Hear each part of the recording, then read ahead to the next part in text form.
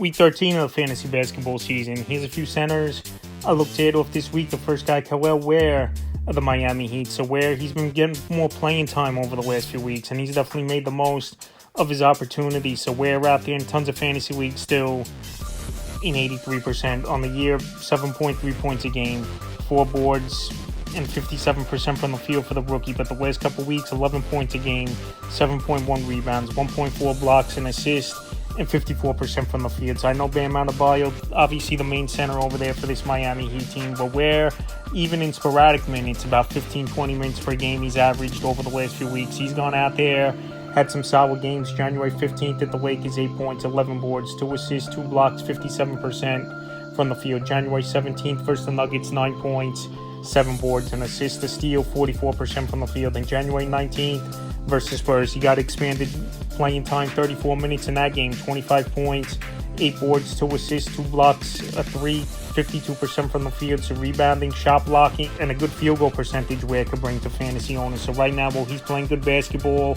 and his minutes have gone up of late, he's definitely a nice ad off the wire this week. The next ad, Nick Richards of the Phoenix Suns. So the Suns traded last week for Nick Richards, and he's going to get a lot of playing time with Jusuf Nurkic. They just don't like his play this season. Mason Plumlee's a veteran at the back end of his career, and they did give up 3 second-round picks and Josh Okogie in the deal to get Nick Richards. So on the year for Richards, 9.5 points a game, 7.7 rebounds, 1.3 assists, 1.2 blocks, and 58% from the field. But the last couple weeks, 13.3 points a game, 9 boards, an assist, a block, 72% from the field. So Richards, he was a hot commodity in the offseason from the Charlotte Hornets team, but obviously no trades happened until now.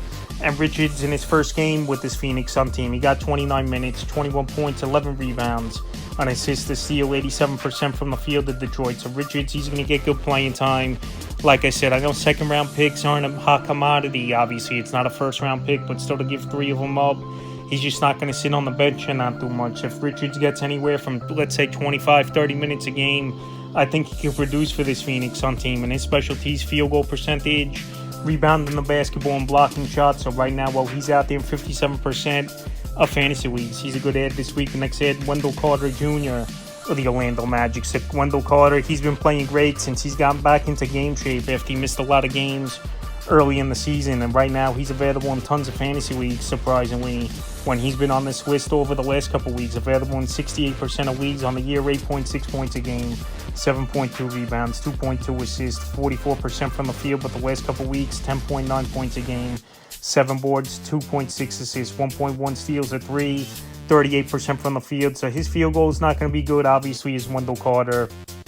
But rebounding the basketball, giving you a 3 to 2 threes per game, assisting the basketball for a big man is where he's going to help. January 15th, the Bucks, 12 points, 10 boards, an assist, 2 steals, 2 threes, 25% from the field. January 17th, at the Celtics, 15 points, 9 boards, 3 assists, a 3, 44% from the field. And January 19th, versus the Nuggets, 16 points, 13 boards, 5 assists, 3 steals, a block, a 3, 40% from the field. So Carter Jr. playing about 34 minutes a game ever since Gorga Badis, he's been out of the lineup for this Orlando Magic team. So Wendell Carter, like I said, he missed games early in the season, but now he's gotten his legs under him and he's putting up numbers and definitely can help fantasy owners this week. The next ad's Kevon Looney of the Golden State Warriors. So Looney, we know he's a rebound machine, good field goal guy in his NBA career, and now he's starting to get that 20 minutes a game. Once again, is Looney, where early in the season he wasn't playing much. On the year, 5.3 points a game, 6.9 rebounds, 1.8 assists, 54% from the field. But the last couple weeks, 6.8 points a game, 8.4 boards, 2.8 assists, a steal, 55% from the field. So if you need just pure rebounding and someone who's not going to hurt your field goal, even though he don't score a lot, Kevon Looney definitely could do that for fantasy owners. January 13th at the Raptors, 10 points, 9 boards, a steal, and assist, 55% from the field. January 15th at the Timberwolves, 4 points, 5 boards, 6 assists, a block, 100% from the field. And January 18th versus the Wizards, a nice game, 10 points, 13 boards, 2 assists, 2 blocks, 50% from the field. So like I said, Looney, he's going to rebound the basketball.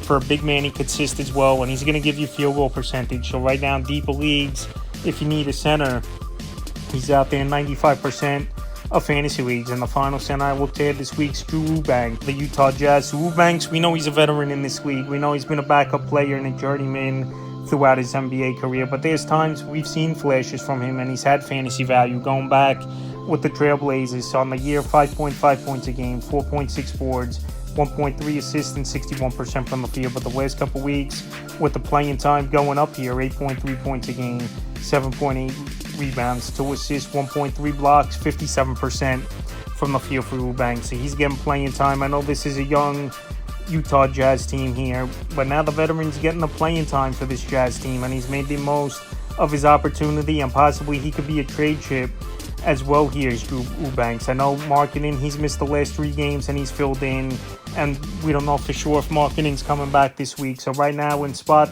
play, he's been playing well. Like I said, January 12th versus the Nets, 8 points, 9 boards, 2 assists, 3 blocks, 80% from the field. January 15th versus the Hornets, 11 points, 8 boards, 3 assists, a steal, a block, 55% from the field. And January 17th at the Pelicans, 17 points, 7 boards, an assist, a steal, 4 blocks, a 3, 75% from the field. So I know it's just going to be a limited time type of thing, most likely for Drew Eubanks. But if you need a center this week here, he's going to help in shot blocking, he's going to help in rebounding, and he could score the basketball a little bit as well, and a good field goal percentage. So Eubanks out there in 96% of fantasy weeks. So that's a few centers I looked at week 13 of the fantasy basketball season.